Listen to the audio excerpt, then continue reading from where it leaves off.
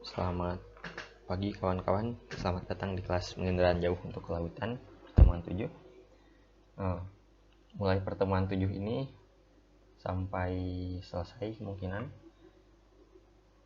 materinya akan fokus ke penginderaan jauh untuk kelautan, beda dengan kemarin. Kalau kemarin kan kita materinya nyatu dengan penginderaan jauh untuk vegetasi dan penggunaan lahan, kurang lebih dasar-dasarnya sih sama saja, pengembangannya akan berbeda ke depannya. Baik, selamat datang bersama saya lagi Taufik Ijaz Ahmad sebagai practical instructor di bawah dosen Ibu Dela Ayu Lestari. Hari ini kita akan bahas tentang algoritma yang dipakai untuk pemetaan habitat bentik, ya namanya Huizenga algorithm. Nah, Huizenga ini dia punya capability untuk setidaknya melakukan analisis sederhana terhadap area yang tertutup oleh permukaan atau ya tutupan air lah intinya. Karena sebenarnya citra satelit tidak didesain sejauh ini, ya tidak didesain untuk mempenetrasi secara dalam terhadap permukaan atau water bodies, karena kita tahu bahwa sifatnya air, terlebih air laut atau air tawar sekalipun, sebenarnya dia punya sifat dielektrik. Nah, dielektrik itu apa? Dielektrik itu adalah sifat ketika kita berikan suatu besaran atau suatu energi berupa listrik atau berupa elektromagnetik, maka air tidak akan memantulkannya tapi meneruskannya gitu. Nah, kita tahu sendiri bahwa citra satelit itu ada dua. Yang pertama dia pakai sumber pasif dan juga sumber aktif. Nah, kalau sumber aktif pasti dia menggunakan gelombang wavelength cahaya. Nah, selain wavelength cahaya, di sensor pasif juga dia menggunakan sensor aktif. Selain dia pakai wavelength cahaya, dia juga pakai gelombang elektromagnetik. Nah, oleh karena itu, ketika kita pancarkan gelombang elektromagnetik, maka sifat dielektrik air akan menangkap gelombang elektromagnetik tersebut dan meneruskannya, tidak memantulkan kembali ke citra satelitnya gitu. Oleh karena itu, Huizenga ini dia menggunakan band yang mampu ditangkap oleh citra dari besaran yang dipantulkan oleh air. Nah, besarannya apa? Nah, besarannya tersebut terdapat, atau bukan besaran sih, maksudnya energinya, dia terdapat di resolusi spektral yang ada di band 5, band 2 dan juga band 3 gitu. Nah, karena itu rumusnya seperti ini. Jika band 5 dibagi band 2 kurang dari 1, maka lakukan log B2 ditambah KI per KJ kali log B3. Nah, selain dikurang dari 1, jadikan 0 atau jadikan 0 lah gitu. Lalu prakteknya seperti apa? Nah, langkah praktikumnya pertama kita akan seleksi area. Kita akan memilih mana yang value band 5 dibagi band 2 sama dengan atau kurang dari 1, sedangkan yang lebih dari 1 kita akan hapus. Nah, setelah itu kita akan potong band 2 dan band 3 berasal dengan hasil dari poin pertama, dan yang ketiga kita akan hitung band 2 dan band 3 nya dengan logaritma. Kemudian yang keempat kita akan klasifikasi hasilnya berdasarkan value. Nah, ini value. Baik, kita langsung praktek aja. Kita siapin dulu yang tadi harus disiapkan, ada band 5, band 3 dan band 2. Sebenarnya kalau di Landsatnya namanya seperti ini. Teman-teman bisa rename dengan klik kanan, rename seperti ini dan delete. Enter, kemudian dia akan ganti nama jadi band 7 supaya nggak pusing ya. Nah, yang pertama kita akan seleksi area berdasarkan pembagian band 5 dan band 2. Teman-teman masuk ke gear processing, bisa diakses lewat analysis dan juga klik tools, akan muncul persis sama. Yang pertama kita butuhkan adalah raster calculator untuk membagi band 5 dan band 2.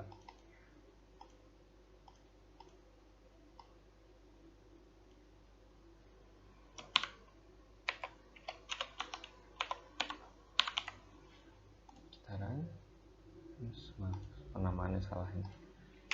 Nah, ini aja.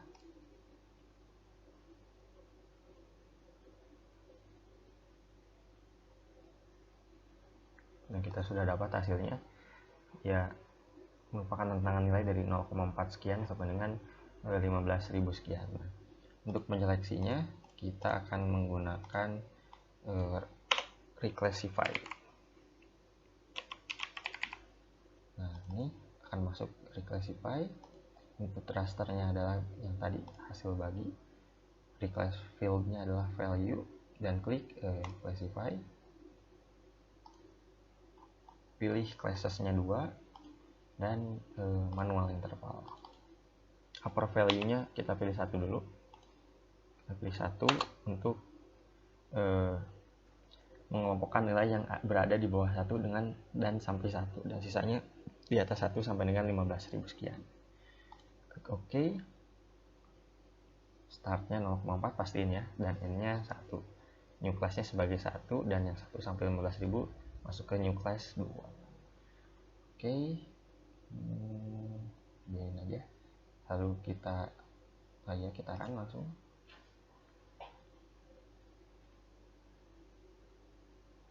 Nah, seperti ini hasilnya. Nah, langkah selanjutnya kita akan pisahkan yang value-nya 1 dan value-nya 2.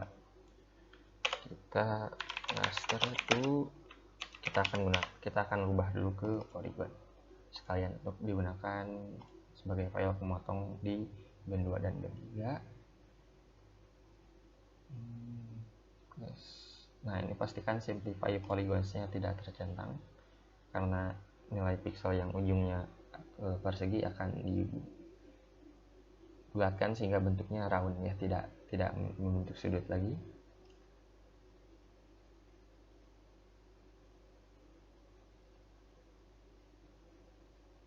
Nah, seperti ini hasilnya sudah muncul.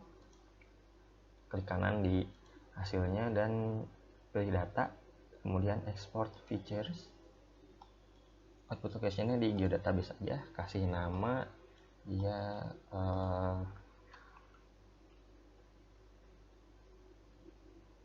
apa ya, kasih nama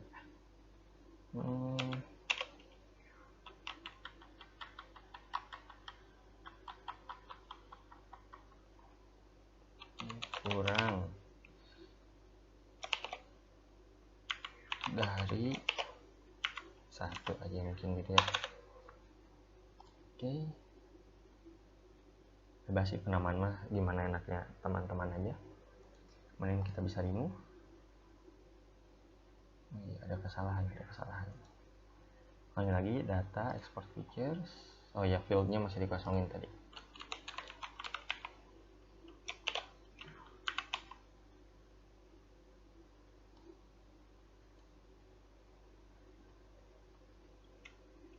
Kurang 1 aja gitu ya namanya. Oke, kita pilih ini grid code is equal to 1. Nah, seperti ini. Jadi grid code pilih yang value-nya 1 aja. Karena value-nya 2 kita akan eliminasi gitu. Kita run. Oke, nah seperti ini hasilnya. Kita remove. Yang lainnya kita nonaktifin aja supaya tampilannya nggak begitu berat ya. Nah, seperti ini jadi file pemotong dari si band 2 dan band 3. Nah, step selanjutnya potong B2 dan B3 berdasarkan hasil koin 1.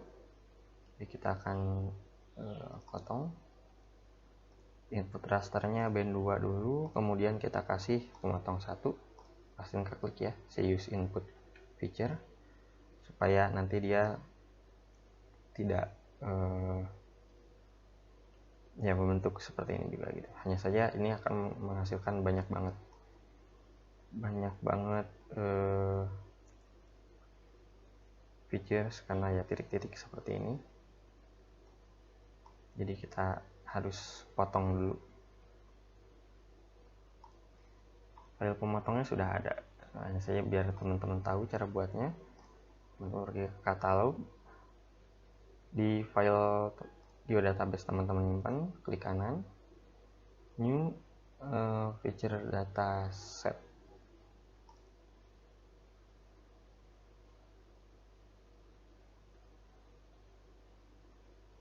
Sorry. Ini new feature class, sorry bukan data.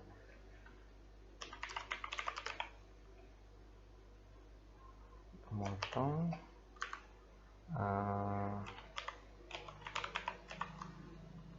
poligon ya, pastiin poligon ini saja.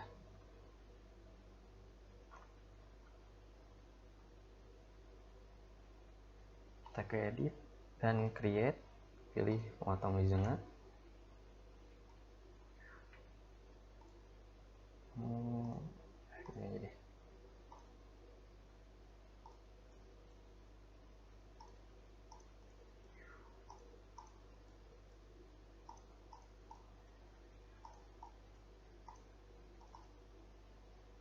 Ya udah ada. Kita save. Oke. Kembali lagi ke processing, kita klik.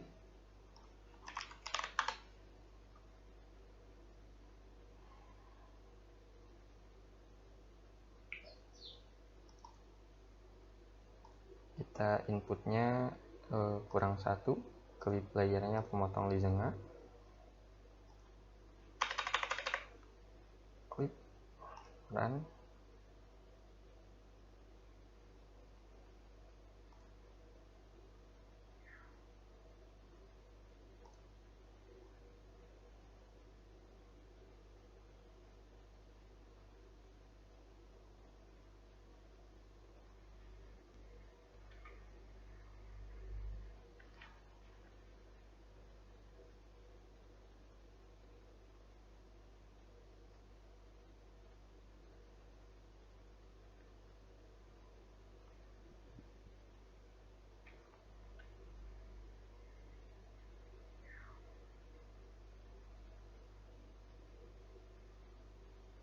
Ya, mengingat fiturnya sangat banyak ya, ini titik-titiknya banyak banget, karena itu kita akan potong dan biasanya itu memakan waktu lama.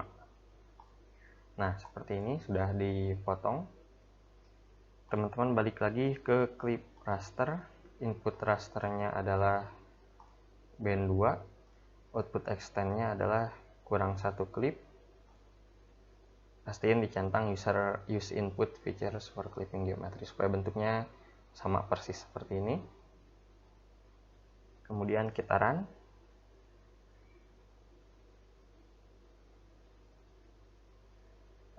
Dia sudah terpotong ya. Nah seperti ini. Kemudian kita potong band 3 nya, kasih nama band 3 clip. Oke, kita run.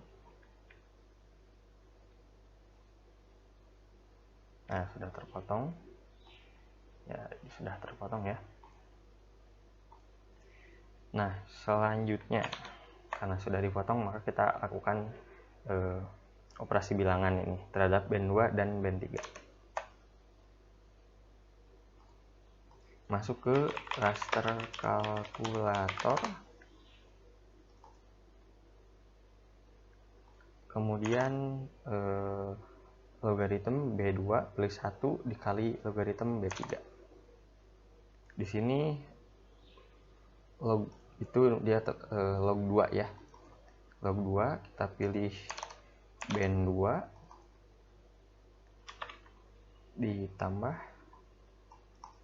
ditambah dengan 1 kali dengan log band 3. Log band 3. Oke.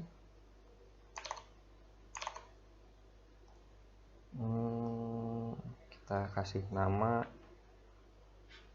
apa ya?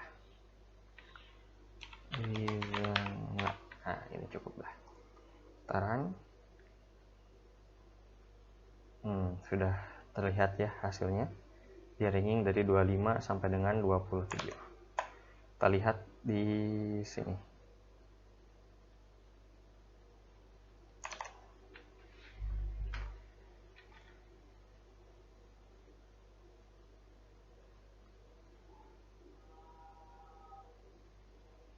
Nah, selanjutnya kita akan reclassify ini dibagi menjadi 5 kelas.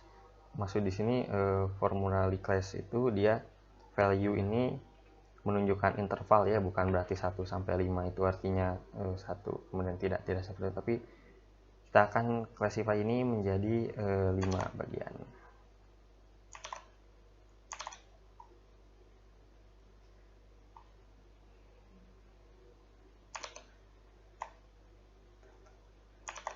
Oke, kita masuk ke reclass.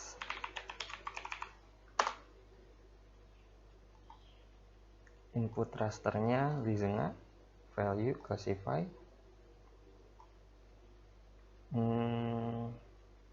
Kita pilih jadi 5 kelas ya. Equal interval ya, pastiin teman-teman pilih. Oke.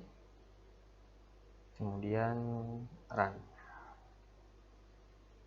Nah, seperti ini sudah keluar hasilnya. Kita lihat di sini. Kelas pertama adalah laut dalam atau darat.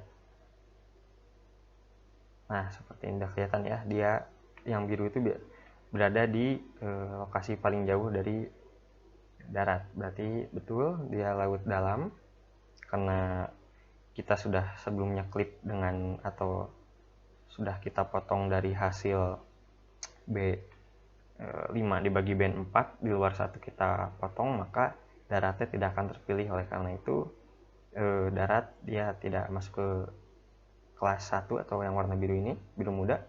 Lalu kenapa ada biru muda di dekat pantai? Nah, ini disebabkan kembali karena resolusi citra Landsat ya. Karena berarti di sini seharusnya kan ini gambarnya dari World Imagery, ini foto udara. Nah, di Landsat ini masuk ke daratan, sama seperti ini juga. Nah, ini masuk ke daratan. Kelas 2 adalah terumbu karang atau ya terumbu karang hidup. Warnanya ini. Sebenarnya ini tidak benar-benar menggambarkan bahwa ini ada terumbu karang, tapi dia valuable atau possible adanya terumbu karang. Band 3 adalah karang mati.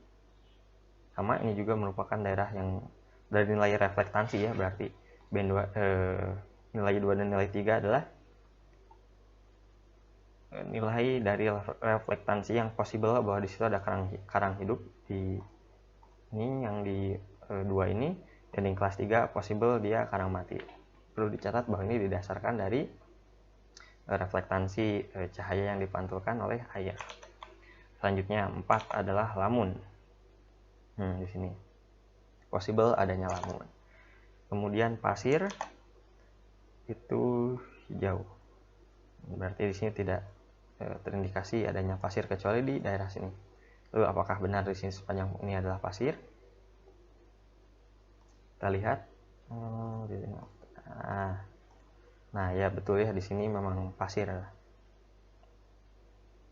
Sebenarnya Lizenga ini pada beberapa paper penelitian orang itu dilakukan ketika teman-teman punya data darat atau data hasil pemantauan langsung ke lapangan. Nah, kita tidak memiliki itu, oleh karena itu kita membandingkannya dengan foto udara ini dari base map. Nah, seperti ini, mungkin ini adalah terumbu karang ya, karena terlihat adanya bintik-bintik hitam di biru dan ini tidak begitu dalam. Kita lihat di sini bahwa dia masuk ke kelas yang kelas 2 yang ini ya. Ini cukup baik ya, karena bisa kita lihat di sini banyak terindikasi kemungkinan adanya terumbu karang. Kita lihat dan terdeteksi sebagai kelas-kelas yang masuk ke kelas 2, yaitu adanya terumbu karang. Baik, dengan demikian praktikum pertemuan 7 ini sudah selesai. pada pertemuan ini kita belajar tentang bagaimana mengaplikasikan algoritma Liszenga dan kemudian mengklasifikasikannya menjadi 5 kelas yang terdiri dari laut dalam, terumbu karang, karang mati, lamun, dan juga pasir. Baik, dengan demikian saya tutup praktikum. Terima kasih atas perhatiannya. Mohon maaf atas segala kekurangannya. Sampai jumpa di pertemuan selanjutnya. See you.